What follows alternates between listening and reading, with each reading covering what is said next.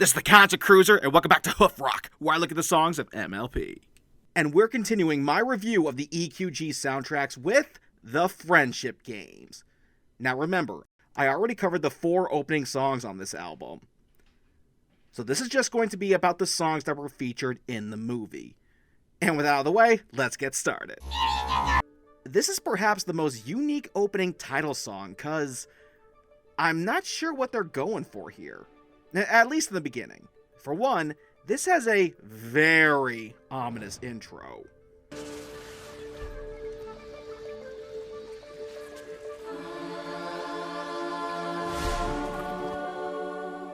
So much so that perhaps it's a bit too ominous. Seriously, take out the visuals and listen with your ears.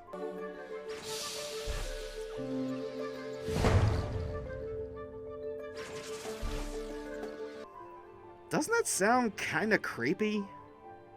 But then we get a rocking guitar and the traditional drumline and trombones.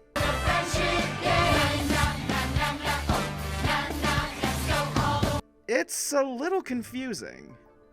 For one, this doesn't sound like a pep rally song, a jock jam, you're unbelievable, or even a pump-up anthem.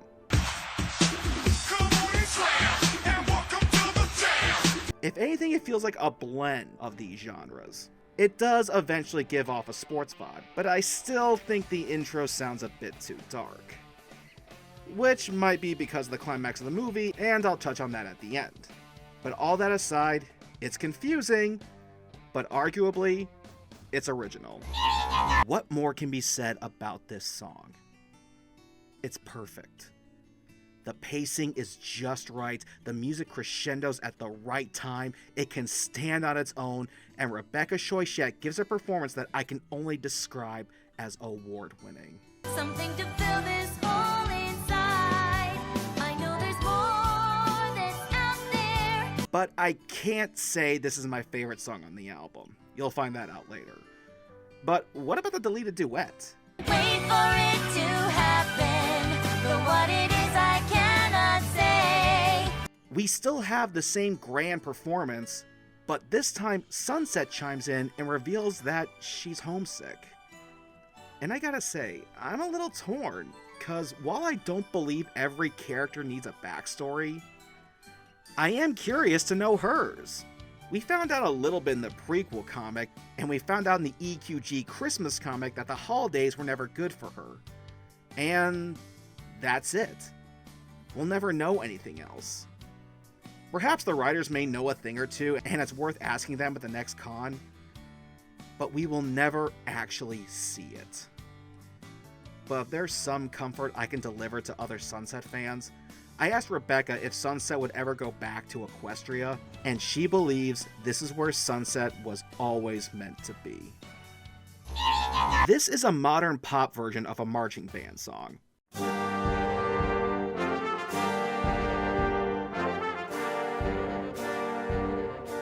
And it's a welcomed addition, because most marching bands are mostly seen as a routine rather than music. And hey, no shade here, guys.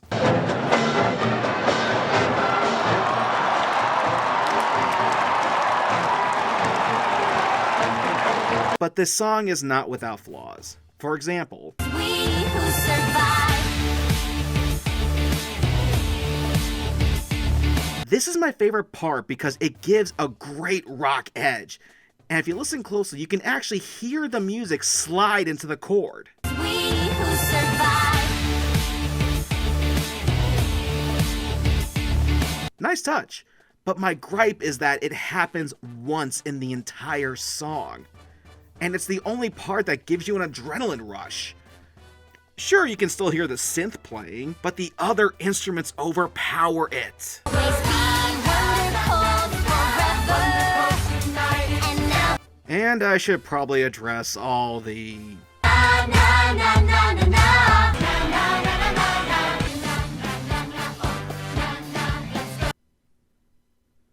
slow Coming in at number 2 are songs that try to pass off la-las, na-nas, and doot-doos as legit lyrics. Actually, Strong Bad, this album does have a legit excuse. Well, have you guys ever noticed the songs they tend to play at sporting events?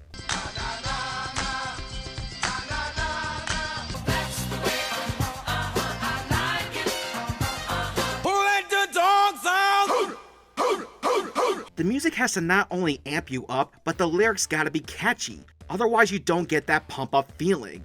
I mean, can you really imagine them playing Atheist at the Super Bowl?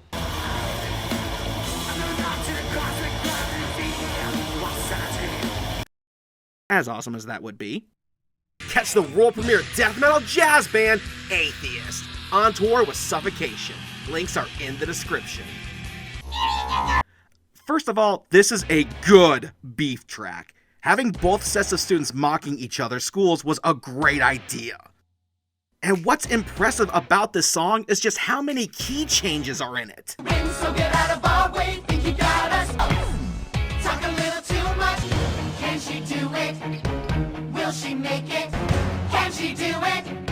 Who will take it? Who's the winner?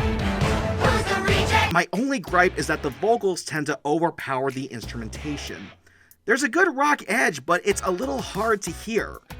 However, if you have a good pair of headphones, you'll be able to enjoy its full musicality. And now for one of the creepiest songs in MLP. Everything about this song is executed perfectly. For starters, this song takes inspiration from a Disney classic, Poor Unfortunate Souls. But you'll find that nowadays I've mended all my ways, repented, seen the light, and made a switch to yes. To find a student that's like you, I've had one or maybe two. Classic song. And the flat minor key signature works great. The best instruments that stand out to me is the percussion and the bass. It adds so much dread to this number. Unleash the magic, unleash the magic. If we lose, then it's a crime. And the students singing to the music is the greatest touch to this song. All have used it, maybe abused it. So then why can't we do the same? And Iris Quint puts on an amazing performance. The win and my legacy will endure. It's so good, I gotta ask, why hasn't she been at any pony cons? She made a performance that is worthy of a con appearance. Now, I have some other things to say about the character, but I'm saving that till the end. And this song is metal as f***. Literally. And you have your reservations. It's hard to have a brain as large as yours. And you know me, I'm a metal guy, and that's why this song gets the title of Best Song on the Album. This song also has a great rock edge to it, and it combines that edge with drops very well. Right there in front of me. But where this song fails is Sunset's verse. There was a time before I didn't know where I belonged. This song was originally meant to go with a duet where both Sunset and Sci-Twi sing about how lost they feel.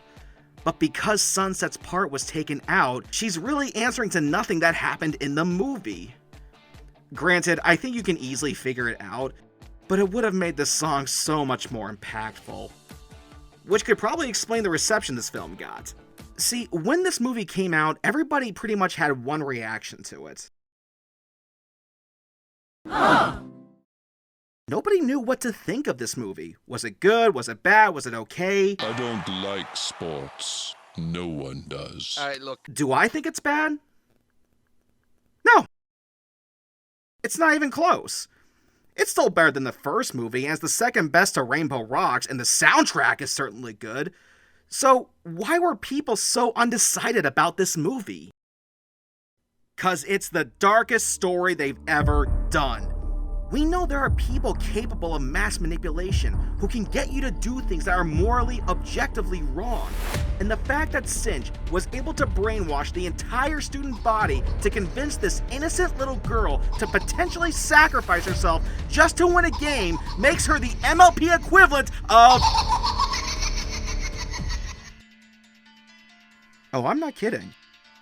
Jigsaw would manipulate situations and pressure people into harming themselves, rather than him harming them so he can get away without any legal repercussions. And even taught his methods to other people who believed in his way of thinking, all in the name of personal growth. And what did Cinch do? Manipulated situations, pressured people into harming themselves, convinced others in her way of thinking, and all in the name of personal growth, making her the most dangerous villain they've ever faced. Say what you want about every other villain, but they were all magic-based. Once you take away their magic, they're useless. Cinch still has her power of manipulation, and she can take it with her wherever she goes, and can never lose it. This is the Concert Cruiser, signing off.